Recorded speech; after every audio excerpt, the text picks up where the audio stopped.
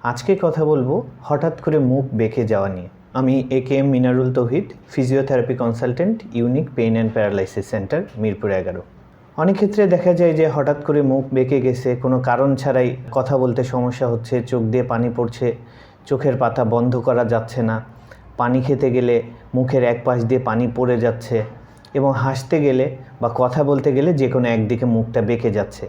এরকম সমস্যা নিয়ে অনেক মানুষই আমাদের কাছে আসেন চিকিৎসার জন্য এবং অনেকেই এটাকে মিনি স্ট্রোক কিনা এটা ভেবে ভয় পান। আজকে সেই বিষয়টি নিয়ে কথা বলবো। আজকের টপিক হচ্ছে বেলস পালসি বা ফেসিয়াল পালসি। বেলস পালসি বা ফেসিয়াল পালসি হচ্ছে আমাদের ফেসের যে কোনো এক সাইডের মাংসপেশির দুর্বলতা বা প্যারালাইসিস। আমাদের মস্তিষ্ক থেকে উৎপত্তি হয় 12 জোড়া নার্ভের, তার মধ্যে 7ম জোড়া নার্ভ হচ্ছে ফেসিয়াল নার্ভ, যেটা আমাদের ফেসের দুই পাশের মাংসপেশিগুলোতে সাপ্লাই দেয় এবং এই মাংসপেশির যে মুভমেন্ট সেটাকে নিয়ন্ত্রণ করে। আমরা যদি একটি ছবির মাধ্যমে দেখতে চাই, এটা হচ্ছে আমাদের ফেস এবং এই ফেসের যে মাংসপেশিগুলো, এই মাংসপেশিগুলোকে রাইট সাইডে সাপ্লাই দেয় রাইট ফেসিয়াল নার্ভ এবং লেফট সাইডে সাপ্লাই দেয় লেফট ফেসিয়াল নার্ভ, এবং এই নার্ভের কাজ হচ্ছে এই মাংসপেশির মুভমেন্টগুলোকে কন্ট্রোল করা। বেলস পালসি বা ফেসিয়াল পালসির ক্ষেত্রে যেটা হয় সেটা হচ্ছে আমাদের ফেসের যে কোনো এক সাইডের যে নার্ভ, সেই নার্ভের কোনো ইনজুরি বা ইনফ্লামেশনের কারণে নার্ভটা ক্ষতিগ্রস্ত হয় এবং এই কারণে নার্ভের এক পাশে দেখা যায় প্যারালাইসিস বা মুভমেন্টজনিত সমস্যা, যেটাকে আমরা বলছি বেলস পালসি বা ফেসিয়াল পালসি। এইটার সম্পূর্ণভাবে এক্স্যাক্ট কারণ আননোন, তবে যেটা ধরে নেওয়া হয় সেটা হচ্ছে একটি ভাইরাস, সাধারণত হারপিস সিমপ্লেক্স নামক একটি ভাইরাসের আক্রমণের কারণে আমাদের 7ম যে ফেসিয়াল নার্ভ, সেই নার্ভটা ইনজুরি হয় এবং এই ইনজুরি থেকে আমাদের এই সমস্যাটি হতে পারে। এছাড়াও অনেকের ক্ষেত্রে দেখা যায় যে কানের ইনফেকশনের মাধ্যমে ওই ইনফেকশনটা নার্ভকে অ্যাফেক্ট করে এবং সেক্ষেত্রে তার বেলস পালসি বা ফেসিয়াল পালসি হওয়ার সম্ভাবনা থাকতে পারে।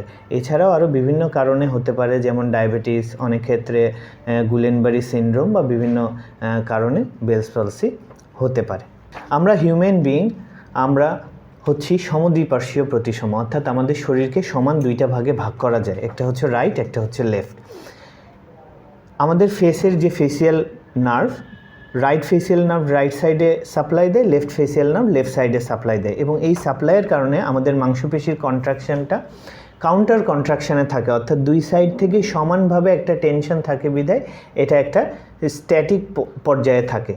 যদি কোনো কারণে এক পাশের নার্ভ উইক হয়ে যায়, তখন যে কোনো ফেসের মুভমেন্টে যে সাইডটা ভালো সাইড বা নর্মাল সাইড, ওই সাইডের কন্ট্রাকশনের কারণে উইক সাইডের মাসেলগুলো নর্মাল সাইডের দিকে চলে যায়, যে কারণে একটা পেশেন্টের কমপ্লেইন থাকে যে সে যখন কথা বলে বা সে যখন হাসি দেয় তখন তার ফেস যে কোনো এক সাইডে চলে যায়, অর্থাৎ যে সাইডটা ভালো সাইড সেই দিকে চলে যায়। যেহেতু অ্যাফেক্টেড সাইডের নার্ভ উইক এবং মাংসপেশি উইক, তাই দেখা যায় যে অ্যাফেক্টেড সাইডটি ঝুলে যায় বা নিচের দিকে নেমে যায়। অনেক ক্ষেত্রে চোখ বন্ধ করতে পারে না বা চোখ খুলতে পারে না, এই ধরনের সমস্যাগুলো দেখা দেয়। এক্ষেত্রে আমাদের যেটা করণীয় সেটা হচ্ছে আমাদের নার্ভকে স্টিমুলেট করতে হবে। একজন পেশেন্ট যখন উনি বেলস পালসিতে আক্রান্ত বা তিনি তার ফেসে একটি সমস্যা বোধ করবেন, তার জন্য প্রথমেই যেটা করণীয়, তিনি অতি দ্রুত একজন মেডিকেল চিকিৎসকের শরণাপন্ন হবেন। সাধারণত নিউরোমেডিসিন বা মেডিসিন বিশেষজ্ঞরা এক্ষেত্রে স্টেরয়েড এবং অ্যান্টিভাইরাল ড্রাগস দিয়ে থাকেন এবং এর পাশাপাশি উনি প্রয়োজন বোধে আরও ঔষধ দিয়ে থাকতে পারেন। এর পরবর্তীতে একজন রোগীকে যেটা করণীয় সেটা হচ্ছে দ্রুত একজন ফিজিওথেরাপি চিকিৎসকের শরণাপন্ন হওয়া। মেডিসিনের পাশাপাশি ফিজিওথেরাপি কন্টিনিউ করলে রোগীর রিকভারি খুব দ্রুত আসে।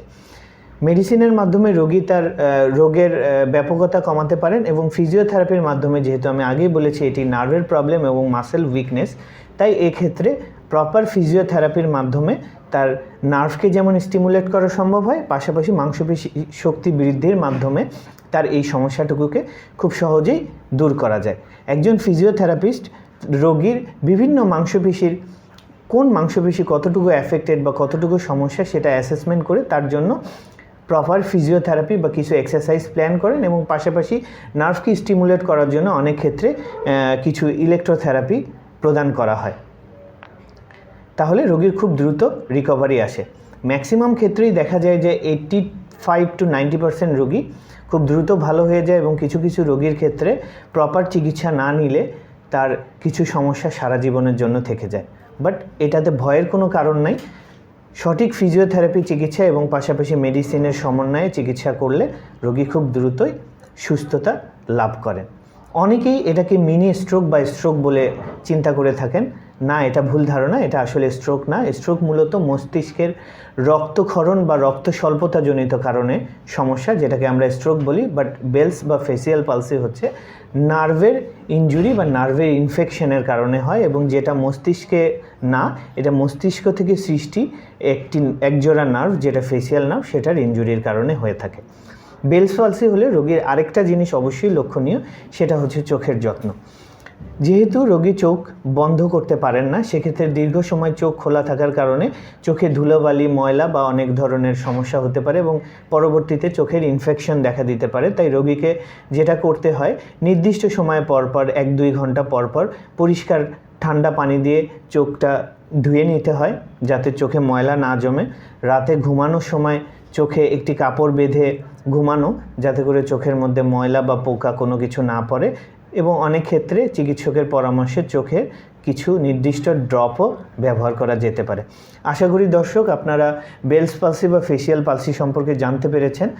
আপনার বা আপনার পরিবার এবং আত্মীয় স্বজন, বন্ধুবান্ধব যদি কারোর মধ্যে এই সমস্যা দেখা দেয়, তাহলে দেরি না করে তাকে একজন দক্ষ এবং অভিজ্ঞ ফিজিওথেরাপি চিকিৎসকের কাছে পাঠিয়ে দিবেন। সঠিক চিকিৎসায় বেলস পালসি সম্পূর্ণ নিরাময়যোগ্য। ধন্যবাদ আপনাদেরকে। এরকম আরও ভিডিও পাওয়ার জন্য আমাদের সাথেই থাকবেন।